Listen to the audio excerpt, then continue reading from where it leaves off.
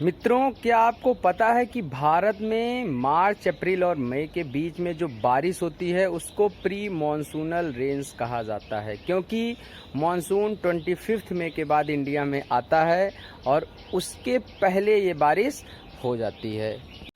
दोस्तों, यह pre monsoonal rain देश के अलग अलग भागों में अलग अलग फसलों के लिए बहुत ही फायदेमंद होती है।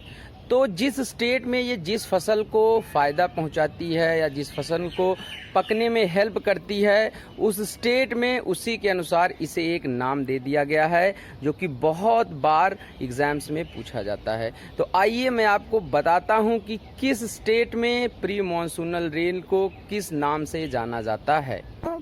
प्री मॉनसूनल रेन कर्नाटका में कॉफ़ी की फसल के लिए बहुत ही हेल्पफुल होती है।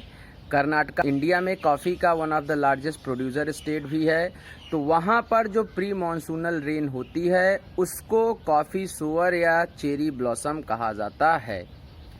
उसी प्रकार असम में मार्च अप्रैल में होने वाली बारिश चाय की फसल के लिए बहुत ही हेल्पफुल होती है। तो वहाँ पर इसे टी शोअर या चाय वर्षा या बोर्डोई सिला कहा जाता है।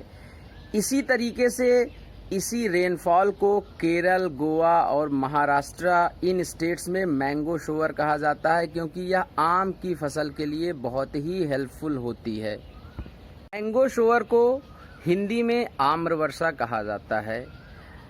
अब जो बंगाल रीजन है और नॉर्थ ईस्ट इंडिया है, वहाँ पर इसको काल वैसाखी या नॉर्वेस्टर के नाम से जाना जाता है।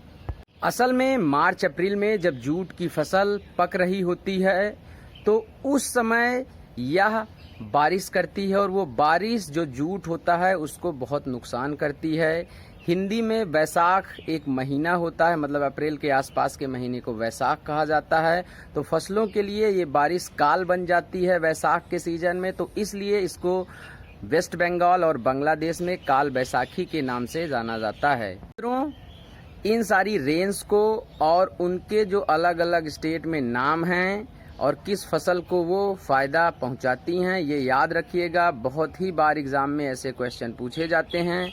मिलते हैं अपने अगले वीडियो में। Thank you very much for being with अविरल धारा।